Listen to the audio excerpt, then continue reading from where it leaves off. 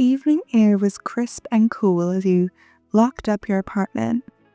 Your breath came out in faint puffs of mist as you shoved your keys into your pocket and headed towards your car. Normally, you would have waited for Dick to come out and head home.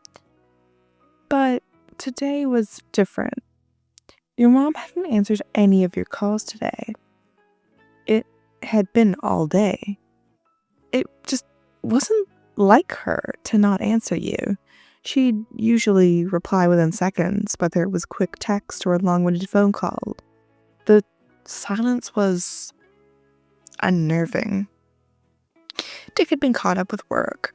Gotham villains always seemed to have time for their schemes, perfectly dispute your lives. You'd gotten used to it. It was just how it was. Even admired the dedication that he put into protecting the city. But tonight it felt like the city was taking him away at the worst possible moment. Sliding into the driver's seat, you glanced at your phone once more. It's still nothing. You sent one more text. "Hey Mom, just checking in. I'm on the way over. Call me?" You started the engine and pulled out of the lot, trying to shake the unease in your chest.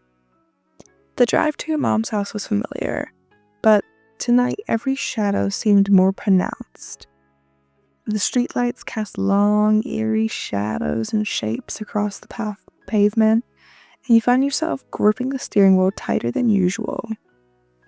When you finally pulled into the driveway, the house was dark, the curtains were drawn, and there wasn't a single light on inside. Your stomach twisted. She hated the dark. You stepped out of the car and approached the front door, calling out her name as you knocked. There was no answer. Fishing the spare keys out from under the potted plant, you began to unlock the door and step inside. The familiar scent of her lavender candles greeted you, but the air still felt off. Still and quiet. It just didn't feel right. "Mom?" You called out, your voice echoing through the hallway. Silence. You moved cautiously through the house, your footsteps muffled by the carpet. The living room was untouched, blankets neatly folded on the couch. Her favorite book was resting on the coffee table. It was as if she'd just stepped out for the moment, but she hadn't. Your heart raced, and you checked the kitchen. The dishes were washed and stacked on the counter, spotless. You headed towards her bedroom, but the door was slightly ajar and the faint scent of her perfume had lingered in the air. Pushing the door, you found yourself looking at her made bed, pillows fluffed, her phone was on the nightstand, screen dark. You picked it up and pressed the power button. No missed calls, no missed texts. It was dead. A cold unease turned into a lump of dread in your chest. You turned the other way, grabbing your phone and calling Dick. Your fingers trembled as you hit his number. It rang once, twice, and 3 times till his voice filled your ear. "Hey, babe. Sorry, I'm almost home." "Dick?" You interrupted. Your voice was shaky. "Something's wrong. My mom's not here. Her phone's dead. At the house, it's not right. It's too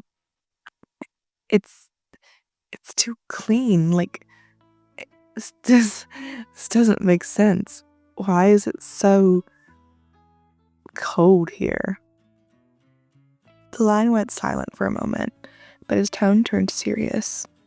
"Where are you?" "At her place." "Stay there.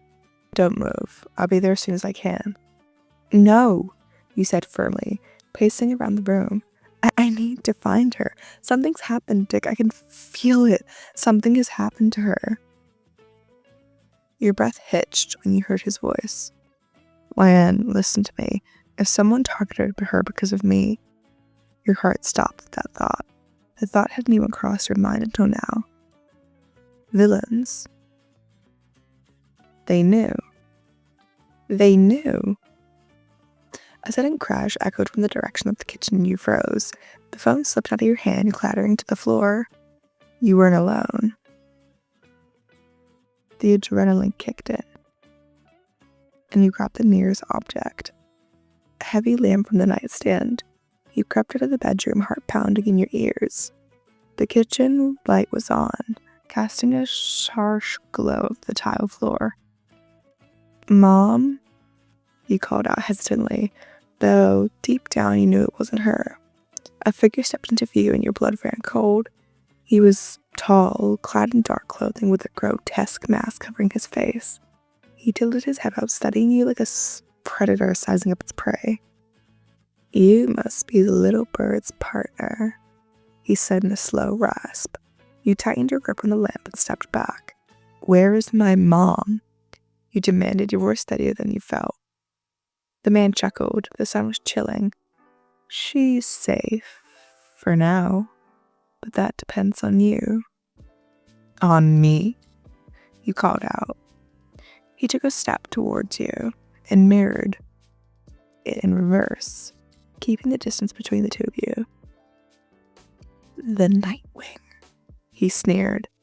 "He's been quite a thorn in my side, so I thought we'd send you a little message." Before you could even react, he lunged and you swung the lamp with all your strength. Catching him across the side of the head, he stumbled, but it didn't stop him. You turned and bolted towards the front door, your breath ragged. "Ryan?" Dick's voice rang out, distant but growing closer. Relief was washing over you as you saw him sprinting up the driveway. Everything was going according to his plan, I guess. The masked man cursed under his breath, retreating back into the shadows of the house. Dick reached you, pulling you into his arms for the briefest moment before his attention shifted. "Stay outside," he ordered. His voice was firm. "I'll handle this." "No, Dick, he knows where my mom is," he tried to convince. His eyes darkened, but he nodded. "Then stay close." The two of you moved through the house. He was taking the lead. Every creak of the floorboards made your skin crawl. The intruder was gone, but he'd left something behind on the kitchen table. There was an envelope, your mom's name sprawled across the front in pretty handwriting. Dick picked it up, inspecting it before handing it to you. Your hand shook as you opened it, and inside was a single photo. Your mom was tied to a chair, fear etched across her face. Behind her stood another figure, someone you didn't recognize, but the male violence in their eyes was unmistakable. At the bottom of the photo, there was a message. "Come find her, little bird. Alone." You looked up at Dick, your heart sinking. "They're using her to get to you," you whispered. His jaw tightened, the guilt evident on his face. "I won't let them hurt her," he promised. His voice was low and steady. But before either you could even say another word, the light flickered and the house plunged into darkness. A low, sinister laugh echoed. You followed by a voice that made your blood run cold. "You're already too late." The flashing red and blue lights painted the streets in disoriented waves of color. The police cars lined up the curb in front of your mom's house. Their sirens off, but their presence deafening. Officers moved in and out of the house, talking in hushed tones over the radio. The sound of boots crunching against the gravel mixed with the distant hum of the neighbors, gathering an edge of their driveways, whispering amongst themselves. You sat on the curb, knees pulled to your chest and arms wrapped tightly around yourself, the cold seeping through your jeans. But you barely noticed it. Everything felt distant, like you were watching a scene unfold in a dream or a nightmare in this case. You didn't know how long you'd been sat there. Everything was just a blur. You barely knew how you even got here.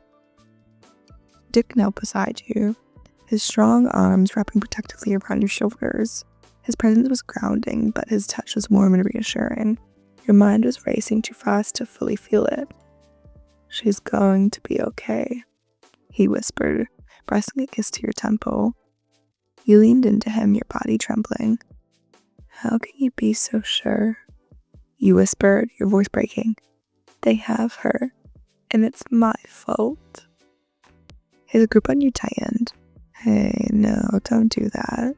This isn't your fault. You hear me? We're gonna find her. Together. The minutes dragged on as the police worked, testing for prints and collecting evidence, and questioning you about every detail leading up to tonight. You answered their questions easily, but you were still numb, replaying every moment over and over again in your mind. Had there been something you'd missed? A clue? A sign? One of the officers, a tall man with kind eyes, approached. Cautiously, his expression was serious as he crouched down to meet your eye level. His voice was calm and steady. We've searched the house and, the surrounding area, he began, pausing as if choosing his words carefully. There's no sign of your mom. The knot in your stomach tightened. What do you mean? It means... He hesitated, glancing at Dick before continuing. We don't know where she is right now, but I promise you we're gonna do everything we can to find her. You stared at him, your heart sinking. That's it. You don't know. He sighed, the weight of his words evident in his eyes. We'll keep looking, and we'll put out detectives and cops and everything. We already have some detectives working on the lead, but it'll take time. Time? That word felt like a cruel joke. After the officer left, Dick turned to you, his hands gently cupping your face. Hey, he said, his voice soft but firm. Look at me.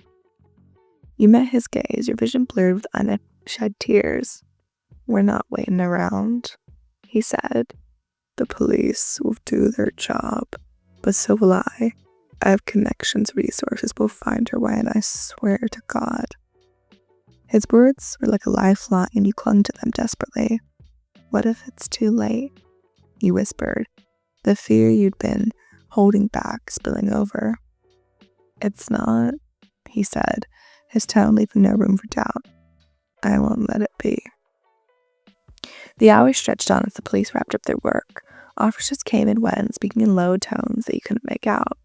At some point, a paramedic had offered you a blanket and a bottle of water, but you barely registered it. Dick stayed by your side the entire time, his hands never leaving yours. He'd made a few calls. Quiet, hurried conversations with people that you didn't even know, but you trusted him. If anyone could find your mom, it was him. As the last of the police cars pulled away, the house felt eerily quiet. The crime scene tape fluttered easily in the wind, a stark reminder of the reality you were living in. Dick helped you to your feet, his arm securely around your waist. Come on, he said gently. Let's get you home. I don't want to go home, you admitted, your voice barely audible. Not without her. I know, he said, his voice soft, but you need a rest. You can't help her if you're running on empty. You wanted to argue, but the exhaustion was too overwhelming. Reluctantly, you let him guide you to the car. The drive back to your apartment was silent, save for the occasional hum of the engine.